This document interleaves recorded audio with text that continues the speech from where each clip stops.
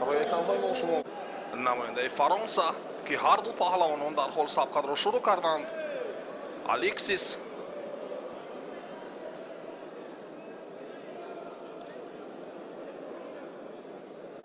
آگاهی نخست را نشان می‌دهد. داوری مرکز برای الکسیس پلانتر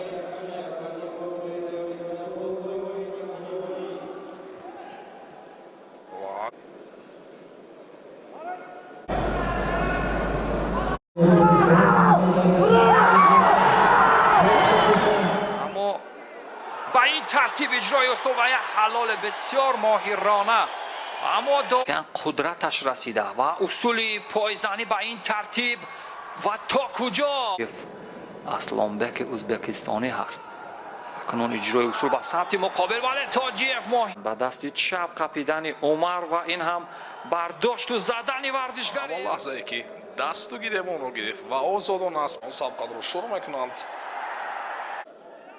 اما لحظه ای که حرکت کرد خیلی هم شده ای که فردوس نسیموف از پشت پای حریف ضربه پهلوانی ازبک و یک پرتافته که اوچیماتا را در سطح عالی اجرا کرد.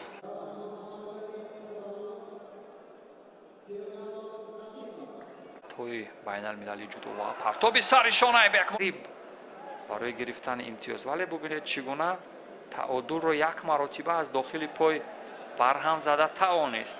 یعنی موازنت رو به همون وسیله که در گشتن جودو بیشتر مشاهده می شود با این ترتیب ببینید وقت یک مرتبه دیگر می بینیم. ببینید چگونه با این ترتیب همان اصولی برداشت.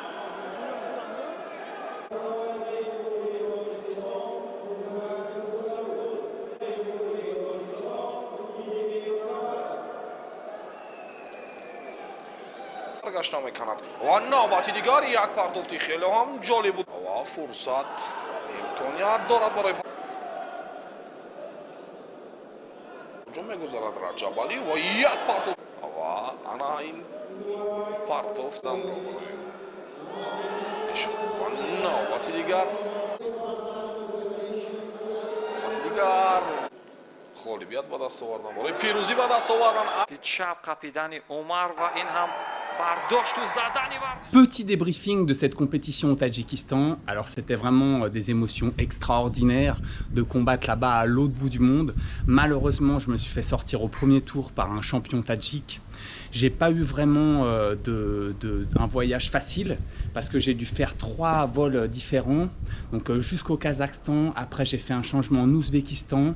Je suis arrivé vers 11h du soir et là-bas j'ai dû attendre jusqu'à 7h du matin pour mon prochain vol. J'ai essayé de chercher un petit hôtel dans l'aéroport, il n'y en avait pas.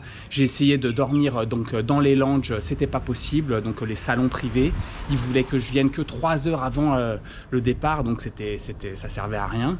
Et du coup j'ai dormi par terre sur le marbre, enfin somnolé parce qu'il y avait énormément de monde dans l'aéroport. Il faisait très froid, donc là-bas c'est encore l'hiver. Et du coup j'avais des grosses vestes mais j'avais qu'un petit pantalon. Du coup je me suis quand même caillé. Et je faisais attention à mes affaires, du coup c'était vraiment pas top cette nuit-là. Ensuite quand je suis arrivé au Tadjikistan, j'ai dû faire donc un cutting parce que là-bas la catégorie c'était moins de 86 kg avec une petite marge donc d'1 kg. Mais le problème c'est que j'étais bien redescendu au poids, j'ai fait gaffe pendant tout le voyage mais il me restait quand même 2,5 kg à perdre quoi. Donc là sauna, petit footing et tout ça, donc là j'ai vraiment cramé beaucoup d'énergie. Je me suis reposé un petit peu la journée, pesé le soir, après la nuit donc a été courte. Le lendemain donc c'était parti pour être donc dans cette compète où il y avait une dizaine d'Olympiens, plusieurs champions du monde de sambo, de lutte, de judo. C'était vraiment d'une intensité extraordinaire, des champions du monde entier pour un chèque à la fin du tournoi de $10 000 pour le vainqueur. Donc il y avait vraiment des mercenaires du monde entier et du coup malheureusement donc j'ai pas pu passer le premier tour.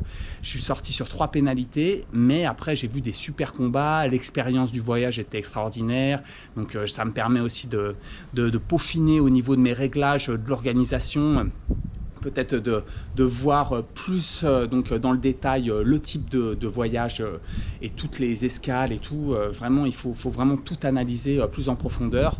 Et puis après, bon, bah, quand même, le match, il faut le sortir, quoi. Et puis pour aller jusqu'au bout, il fallait faire 4 ou 5 victoires. Donc je retournerai là-bas, je ferai d'autres préparations pour ce type d'événement de type de classe mondiale. Et bien sûr, je continue ici tous mes tournois donc en Asie du Sud-Est, en Océanie, pour me préparer pour les grosses échéances qui arrivent, comme les championnats d'Europe, les championnats du monde, l'US Open et tout ça. Là, je repars très bientôt en compète avec mes gamins, avec mes élèves, et ça va vraiment être extraordinaire. Pensez à liker, à vous abonner et à partager les vidéos que je produis. Ça me permet donc d'avoir plus de motivation pour essayer d'en sortir plus régulièrement, et aussi ça me permet aussi de faire grandir cette chaîne et de partager toute cette énergie positive. Encore merci d'être toujours plus nombreux sur la chaîne. À demain. Ciao.